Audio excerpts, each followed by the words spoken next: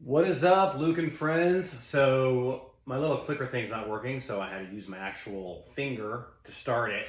So that's why we're going old school, old school. So I hope you guys are doing well. There's been a 2-week gap between my videos because I want to do my videos about once a week, but the reason why there was a gap is because we went to Savannah, Georgia. And I don't know if you've ever been to Savannah, Georgia, but it is a beautiful city. It is amazing. We went to a church there, which was like St. John's Basilica, I think it's called. And it was just stunning and beautiful. Even if you're not a religious person, which I am a religious person, it is just a stunning place to go in and visit. And then there is a lot of reverence in there that speaks to you. And so it's one of those things where it's really cool to see that much order in one place, right? Like the building and the architecture and then all the art and then how it's laid out and everything's just like all pure order. And not to get too metaphysical on you, but that's sort of like a divine thing in my mind. Take that for what you will. That one's for free. But yeah, in like Savannah, you walk around the town and every 5 minutes walk, there's a park. And it's just incredible. Like that city would never be built today like that because it would just be all developed everywhere. So just a really cool place. And if you ever have a chance to visit Savannah, I highly recommend it. So other than that, my name is Wade, also known as Pokebard TCG, and I'm building a TCG business for my son, Luke. He's young, he's only 8, so it'll be a while before he wants it, but I'm going to use it to teach him business, and that's one of the reasons what these videos are for. So if you like that and you'd like to follow that journey along, go ahead and hit like and subscribe. We doubled our subscribers last week. We went from 1 to 2. So most people would be, and this is a good theme for the video today, is that most people are like, oh, you only have 2 subscribers. Well, we did a 100% increase. So there's 2 ways to look at that. One is we're so little and small. And then the other one is, holy smokes, we doubled our viewership. So thank you for subscribing. All right, so today we're going to talk about my big mistake. Now we're in phase 2, which is we're building the bulk business of Magic and Pokemon cards. So I have over 10,000 Pokemon cards uploaded right now to a TCG player, and we've got about 2,000 Magic cards, maybe 1,500 Magic cards. So when I did the bulk cards, I got the old trusty scanner, not the 8100 that everyone's talking about. You gotta have the Fujitsu 8100. I went old school and I got the 7100 that I bought for like $200 refurbished, and I've run 12,000 cards through it, and that thing is doing very well. So there's no need to run out and go get the $1 million scanner, especially because in business, we're not making any money. Like we've made money, right? Like definitely we're making money, but we haven't made like money enough where we can just go get an $800 scanner. So we got the $200 scanner. Obviously, I personally can go buy one with my own money, but I'm trying to build the business as much as I can with just the business profits, or the business income. So the Fujitsu 700 series is working great. You can get it on Amazon for $200. I'm not going to put a link down below because I'm not doing that yet. But don't be scared to get the Fujitsu 7000, 7160 or whatever it is, because it's been working great. So I scanned, over about 10,000 cards into. Oh, that's my well. There's my well sound. Remember, production mistakes are a feature, not a bug for this channel. That's how you know it's not AI. I scanned 10,000 cards in there, and I'm using Sort Swift from the beginning, and I'm using chaos sorting from the beginning. Okay, I don't have a Sort Swift link down below either. I'm not doing that yet, but that's just what I'm using. So from the very beginning, the first inventory software I used is Sort Swift. So I uploaded 10,000 cards to Sort Swift, and then I listed them. And I will say is that the scanning is pretty decent on Sort Swift for the free scans, and but for some reason it can't identify this certain Snorlax card. It doesn't like it, so it's very hard to get it to identify that. But other than those peculiarities, it's pretty good. And then uploading it from Sort Swift to TCG Player is so easy. It's amazing. And then the chaos sorting has been working great for the bulk orders.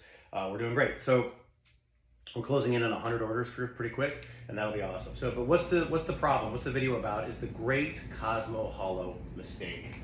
Cosmo Hollow.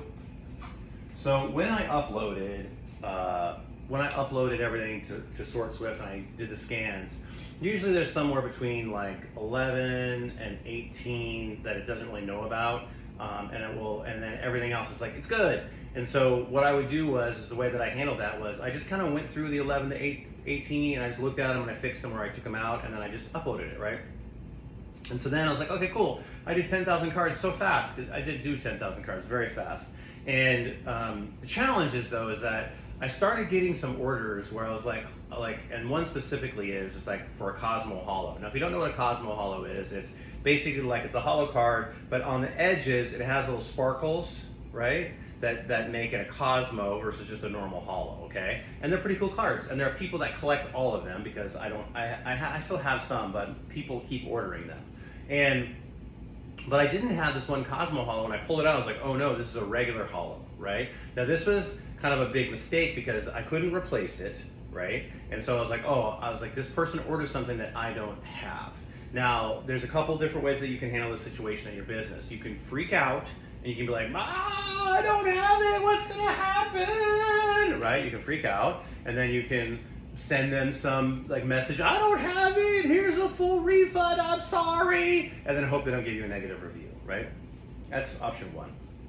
Option two is just send them what you have and be like, this is what you get, and hope they don't notice, right? But that's not really an option. And then option three is what I did, all right? So option three was I looked at it as an opportunity instead of as a disaster. I said, okay, so how can I turn this to my advantage? So what I did I ordered a Cosmo Hollow from another trusted seller, someone who has like, over 1,000 transactions, 100% rating, all of that. Okay, so because you have their address, when they order from you, you know you have a shipping address. So I ordered it from them, from that other shipping seller, and then I put the hollow that I had, right, which is just a regular hollow, okay, and then I packaged it up to send it to them because I wanted to also send my promo material. What do you make? Like sometimes you'll make 40 cents, sometimes you'll make $5, sometimes you'll make $1. That's not the only thing that each of these orders is for, right? So your promo material is an opportunity for someone to subscribe to the YouTube channel or to follow along on Instagram, right? Because those are my two platforms that I have. Is Instagram. Instagram is Pokebar TCG, and then obviously Pokebar TCG is also the YouTube channel that you're watching right now. So part of the bulk strategy is every order is a possibility to get a viewer to the channel, which builds social media, right? So you're getting paid to send out promotional materials to potential viewers. That's one way that I look at it, right? Then so I wanted to just send them that card anyway. And then the second reason I did that is because each purchase that's successful builds the credibility of the TCG channel, right, in terms of the platform. Because if they don't complain and they're happy and they don't do anything, it counts as a positive interaction, right? And then they may also give you a positive review if you do what I did here. So I refunded their money, I sent them from a trusted seller from somebody else, and I sent them a free card, right? And so and then I sent them a message. I said, hey, so-and-so, really sorry. I just told them the truth.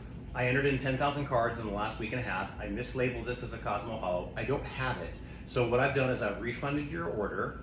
I'm going to send you the card that I do have, and I've also issued you, or I've paid for myself a card to get to you by this other seller, right? Here's their name, okay?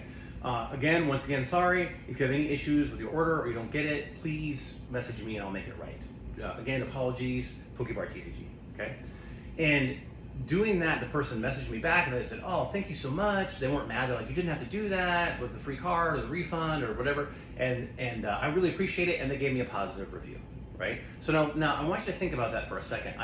Now you don't want to make mistakes on purpose, but you're going to make mistakes. If you have high volume in bulk, if you're listing 10,000, 20,000 cards quickly, you're going to make mistakes, right? Also, I had never really used the the Sort Swift scanner before. So you can't just blindly trust the AI. You have to kind of look, kind of scan through, look at each card, look at the amounts, and make sure that there's not some squirrely card. Because this has happened a couple of times on other cards, and on where it said this for sure was this card, and I just kind of scanned through quickly, just went to the problems. You can't do that. You got to kind of look at everything, and it takes an extra 2 minutes to do that per 100 cards, because that's what I'm doing my lots in for the chaos sorting. Is 100 cards at a time. Pardon me. Woohoo! I'm not editing that out, Phantom. He's like, gotta edit everything out. Like I'm sorry, I'm not there yet. Although I do love his content, and there's some really good things that he's done that have helped me quickly. So shout out to Phantom. There's my well again. Production bugs, production mistakes are a feature, not a bug. That's the well. That's my well. When the pressure gets low, the pump kicks in and gets the pressure up a little bit, so I can get the water whenever I need it from the well. So yeah, it worked out great. And so now, and now that I'm really glad that I learned that lesson, because now as I scan in Magic cards, because I'm on my 3,000 Magic cards that I'm scanning in, is that Magic cards, and I didn't know this because I just started playing Magic, has the same art but just a different number. So you're like, oh man. So I mean, you could probably get away with sending someone the exact same card and they probably won't check the number, but you want to give people what they want, because who knows the reason why they may want something in a sequential set or whatever. So you want to give people what they've ordered.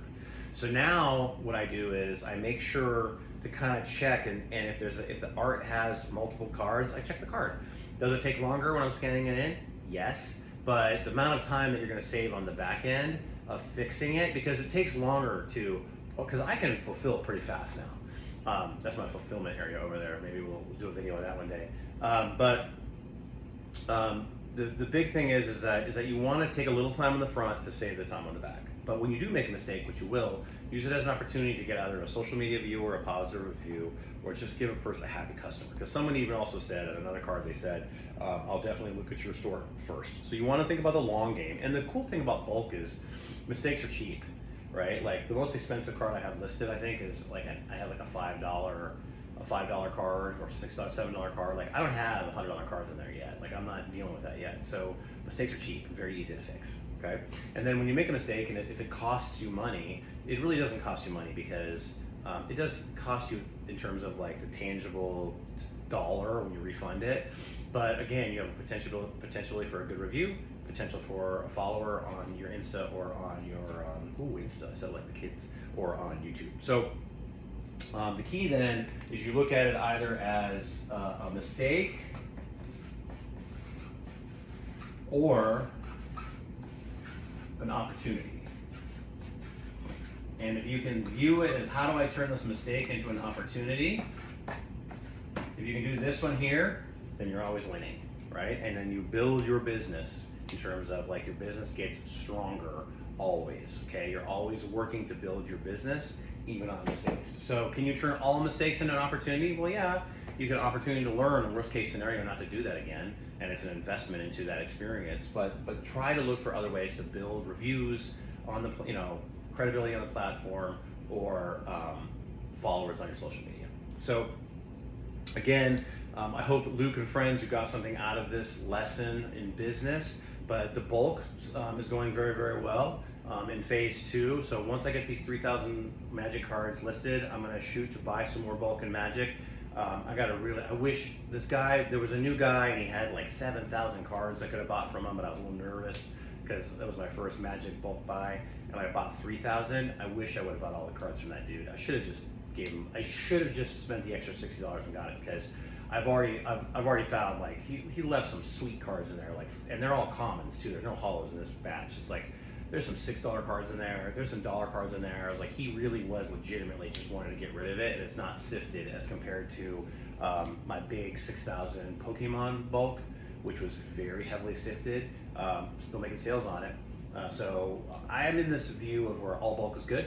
So right now, bulk is going, phase 2 is going great. Once I get the Magic to 10,000 and I have 10,000 Pokemon listed, 10,000 Magic listed, 20,000 cards, then I'm gonna sit back and be like, okay, what's working, what's not working, start messing with the price floors and kind of go from there. So that's sort of like a view to the future of where we're at, but phase 2 is going great. So I hope you guys enjoy this. Please like and subscribe. That will really help me. We're at 2 subscribers right now, and if you can subscribe and get us up some more.